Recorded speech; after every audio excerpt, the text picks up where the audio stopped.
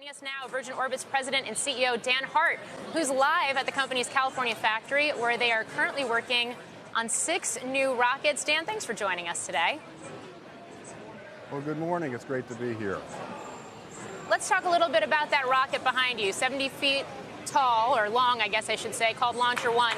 What is it going to be capable of doing? Well, Launcher 1 is geared towards putting up a whole new generation of satellites. Satellites have gotten smaller, and the capability that you can put into a small package is incredible, just like we see in smartphones.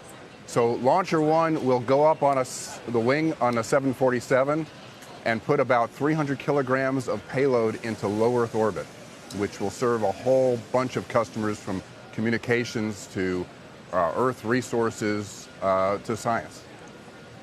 Yeah, this so-called small launch service market really just seems to have come out of nowhere in the last couple of years, but is already burgeoning. More than 100 companies estimated to be focused on this specific part of the rocket launch business. How is Virgin Orbit different than what else is out there? Well, we're differentiated in a few ways. Number one, of course, we're air-launched. So we have a very innovative approach to launch. And since the beginning of the space age, the idea of launching and operating like an aircraft has been the holy grail for launch. And so we do that with an aircraft. So we have huge flexibility. We're able to get speed and altitude with an airplane, a 747, and it simplifies the rocket and gives us incredible flexibility, so we can operate when our customers need to and get them where they need to get to. How many customers have already signed on with you? We have about a dozen contracts currently. Most of them are with commercial companies. We also have contracts with NASA and the Department of Defense. So really covering the whole range. One of the questions I get, and it was just raised with me again this morning, is when you're talking about something like rockets, and particularly small rockets, which is this new and emerging area of the industry, what does it mean to the average American who's watching this new commercial space race unfold? How is it going to affect their lives? How is it? Well, you know, satellites have affected our lives gradually through the years to where now we experience the effect of them, although a lot of people aren't aware.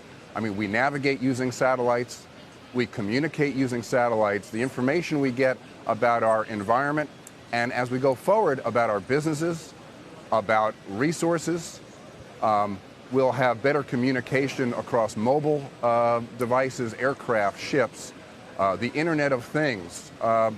All of these business ideas are percolating. And what's happened is the cost of satellites has come down substantially. And so now flocks of new business ideas are popping up because it no longer takes billions of dollars to develop satellites.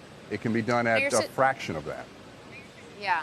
Now, your sister company, Virgin Galactic, has been getting a lot of attention lately, given the fact that it's poised to go public before the end of the year in this non-traditional manner through this merger with Social Capital, this fact that trades here at the New York Stock Exchange.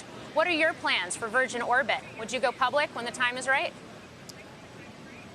You know, we're focused right now, of course, getting the first flight and ramping up production. We've been fortunate in having the strong backing of Virgin Group and Mubadala as our investors, and the personal guidance of Richard Branson.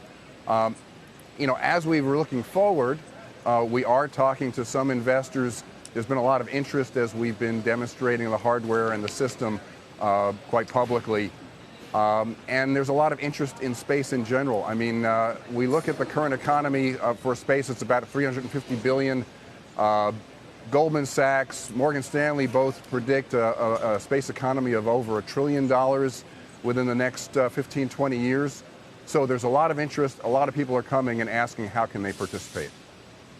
Well, Dan, we are looking forward to seeing that first test launch to orbit in the coming weeks or coming months. And we appreciate you joining us today, Dan Hart.